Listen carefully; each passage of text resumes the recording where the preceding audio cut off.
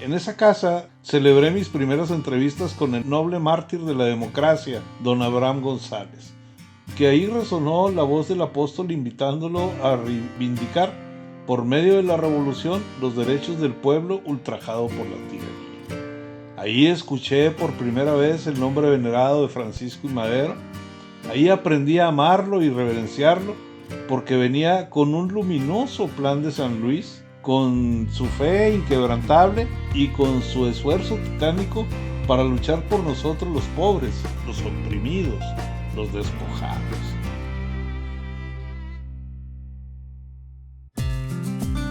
Hola, yo soy José Luis López Ulloa y los invito a Mirador 656, donde vamos a encontrar elementos importantes de historia, cultura y sociedad de México a través de los siglos.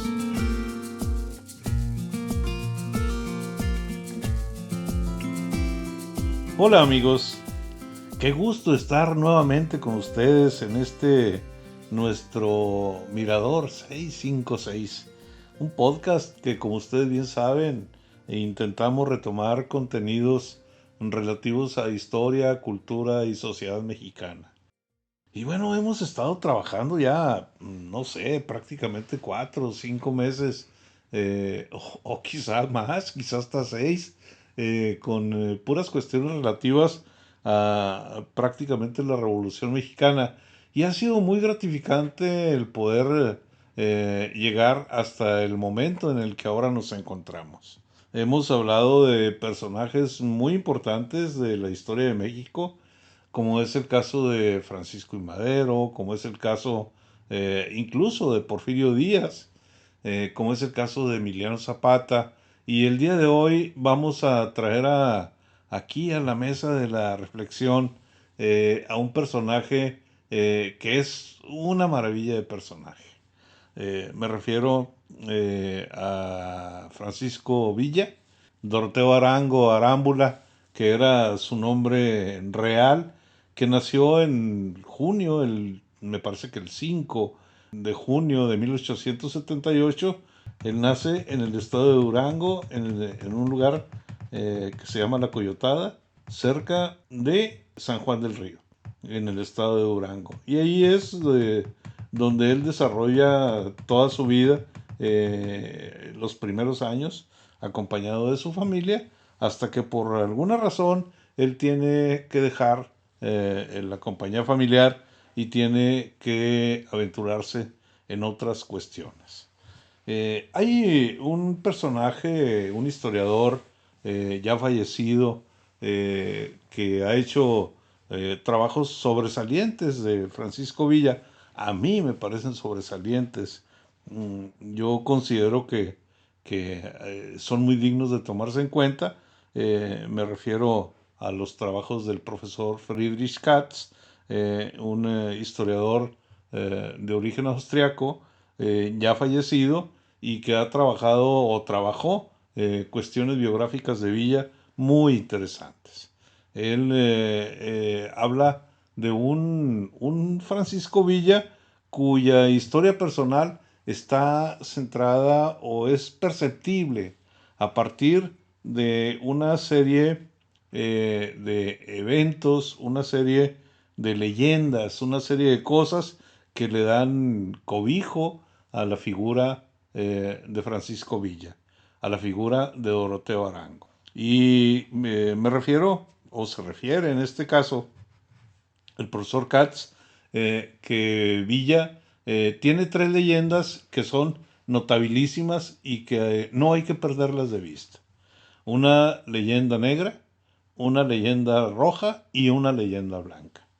Una leyenda blanca que es la que tiene que ver con su inserción al movimiento revolucionario, por qué Francisco Villa llega a la revolución, y que tiene que ver con el asunto relativo al ataque a su hermana por parte de un hacendado duranguense, y que él tuvo que reivindicar y tuvo que hacer que aquel hombre respetase a su hermana, y que obviamente eso lo puso a Francisco Villa al margen de la ley, porque tuvo que hacer una exigencia extrajudicial, y eso precisamente lo pone al margen de la ley, y a partir de ahí es donde empieza su carrera o su actitud, su actividad un poquito fuera de la norma jurídica.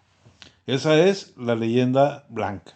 Luego tenemos la leyenda roja, que es todo lo que tiene que ver con la muerte, todo lo que tiene que ver con esa vida al margen de la ley, donde tenía que enfrentar enemigos, y enemigos serios, enemigos formales, enemigos violentos, enemigos que no se iban a detener para nada en caso de que hubiese necesidad de poner un control en la vida de la gente.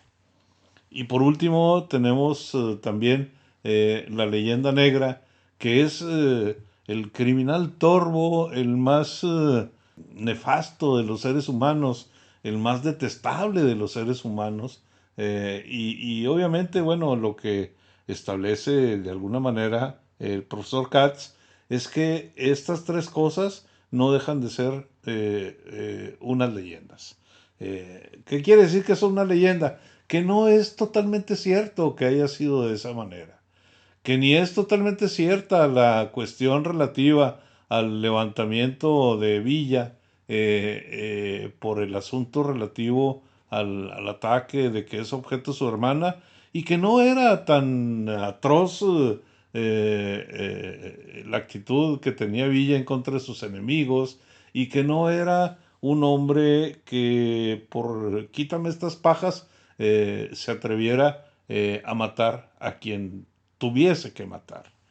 Algunos historiadores en la actualidad argumentan que sí era real, sobre todo esta violencia en exceso, y bueno, ellos en sus documentos lo muestran, lo acreditan, y obviamente pues cuando hay un trabajo, uno lo menos que puede hacer pues es reconocer el documento, reconocer el trabajo que se hizo y respetar las posiciones y las decisiones de otros historiadores. Finalmente, Doroteo Arango, cuando logra o cuando intenta o cuando da el paso para poder reivindicar la imagen de su hermana, para poder rescatar, aunque quizá esté diciendo una barbaridad, cuando él trata de que haya un respeto para la dignidad de su hermana, es cuando intenta hacerlo poniendo él, tomando la ley en sus manos, y es el momento en el que se pone al margen de la ley.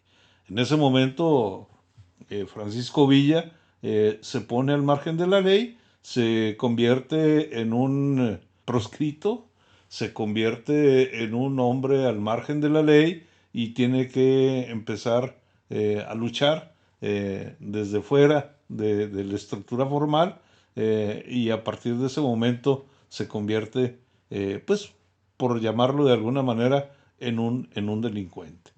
Él se incorpora con una gavilla, y con ellos sabe perfectamente que va a tener que empezar a luchar, sabe perfectamente que va a tener que dar la cara y exponer la vida con tal de salir adelante, y a él ya no le importa, porque lo que hizo fue precisamente el tratar de darle una mayor seguridad a su hermana, y sobre todo en los códigos de la época, pues obviamente lo que a él le interesa es que la dignidad de su hermana y la dignidad de su familia sea respetada por todos, y si tiene que hacerlo valer a partir del uso de las armas, lo va a hacer valer a partir del uso de las armas.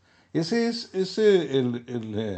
el punto que habría que rescatar siempre de un personaje como Francisco Villa, que no se, que no se va a detener ante nada.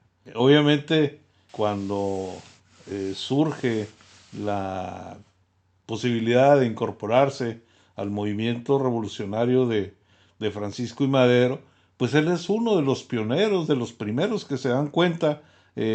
Por ahí parece ser que quien lo incorpora, quien le vende la idea, lo pongo entre comillas, de que se convierta en un luchador social, en que se convierta en un revolucionario de la causa de Francisco y Madero, es precisamente don Abraham González. Abraham González, que era un personaje muy respetable, muy respetado en la ciudad en la ciudad de Chihuahua principalmente, pero en todo el estado, porque era un hombre muy serio. En ese tiempo, Villa se identifica con él, es conocido de él. Por ahí voy a atreverme a comentar una cuestión.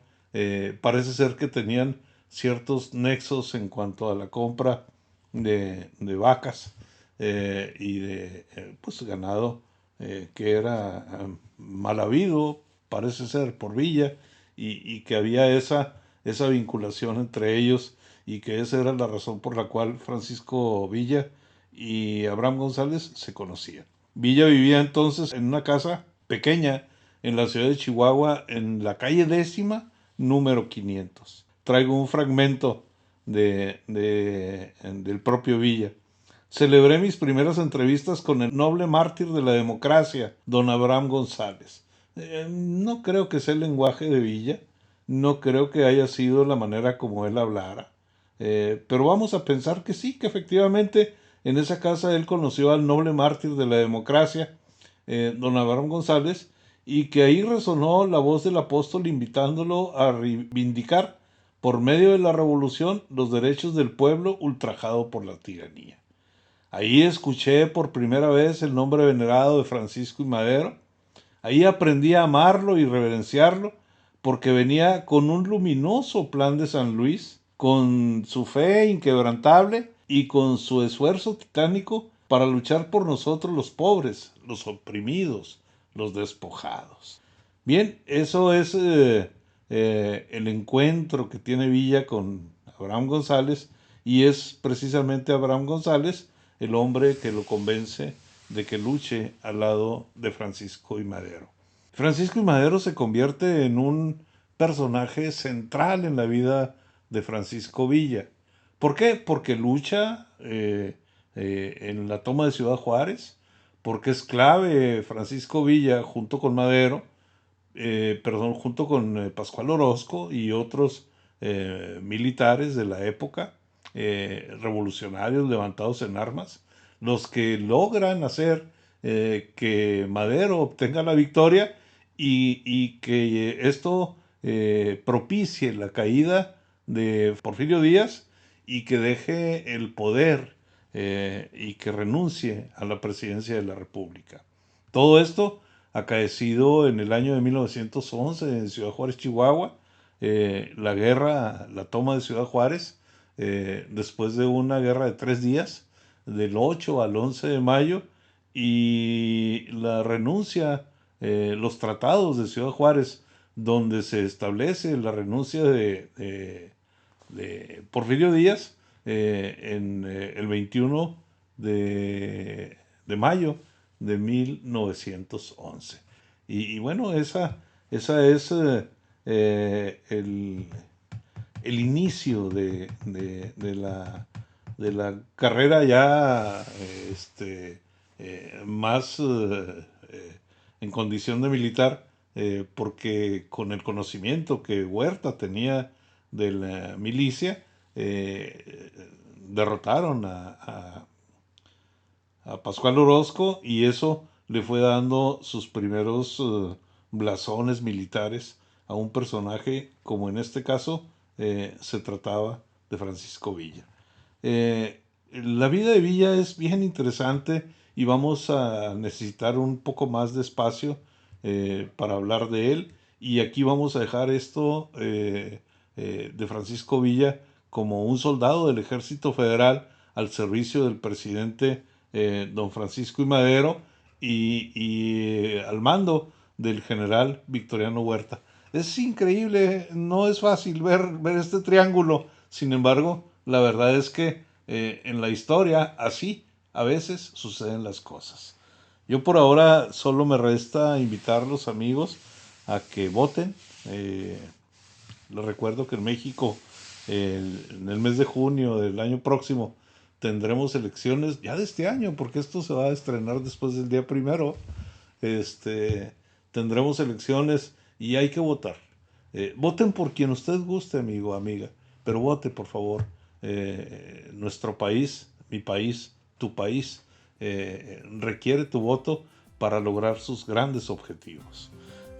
Y eso por un lado. Por otro lado, solo me resta, amigos, también pedirles que les vaya muy bien, que tengan un excelente año nuevo 2024 y yo espero que todo ese tiempo ustedes tengan un excelente tiempo todo el tiempo.